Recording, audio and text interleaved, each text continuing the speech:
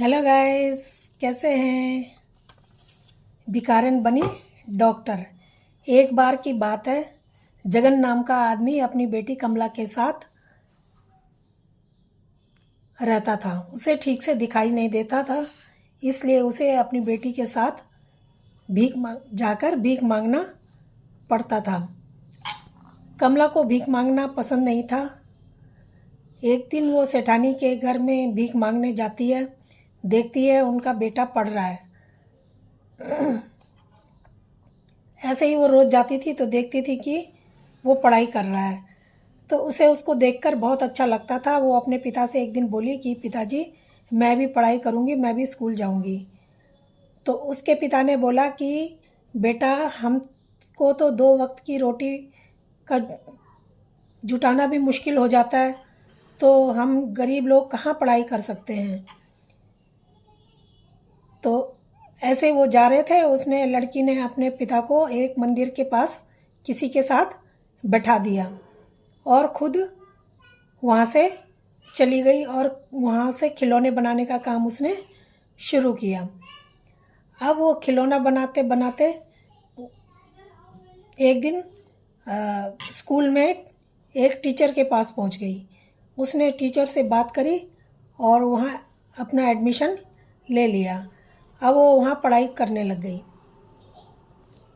जब वो वहाँ पढ़ाई कर रही थी सरकारी स्कूल में, तो रोज़ स्कूल से आने के बाद वो खिलौने बनाने का काम करती और खिलौने बेचती और रात को अपनी पढ़ाई करती।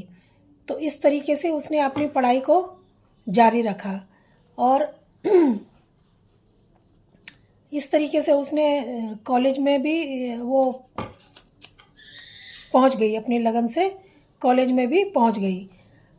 कॉलेज की पढ़ाई पूरी करके उसने डॉक्टर की पढ़ाई भी शुरू कर दी, क्योंकि उसको लगन थी कि मैं एक दिन डॉक्टर बनूंगी बचपन से ही। तो अब उसने जब डॉक्टर की पढ़ाई शुरू करी तो एक दिन अपनी कामयाबी उसने डॉक्टरी करके हासिल करी। एक बार क्या होता है कि गांव में महामारी फैल जाती है। गांव में महामारी फैलती है तो कोई वहाँ पर इलाज करने वाला नहीं होता। तो सरकार द्वारा एक डॉक्टर शहर से भेजी जाती है। तो एक नर्स ने आकर गांव वालों को खबर दी कि शहर से एक डॉक्टर आ रही हैं। अब सब डॉक्टर के स्वागत के लिए खड़े होते हैं और इतने में एक गाड़ी आके हॉस्पिटल के गेट पे रुकती है। उसमें से एक डॉक्टर साहिबा बाहर निकलती हैं और लोगों के पास पहुंचती हैं।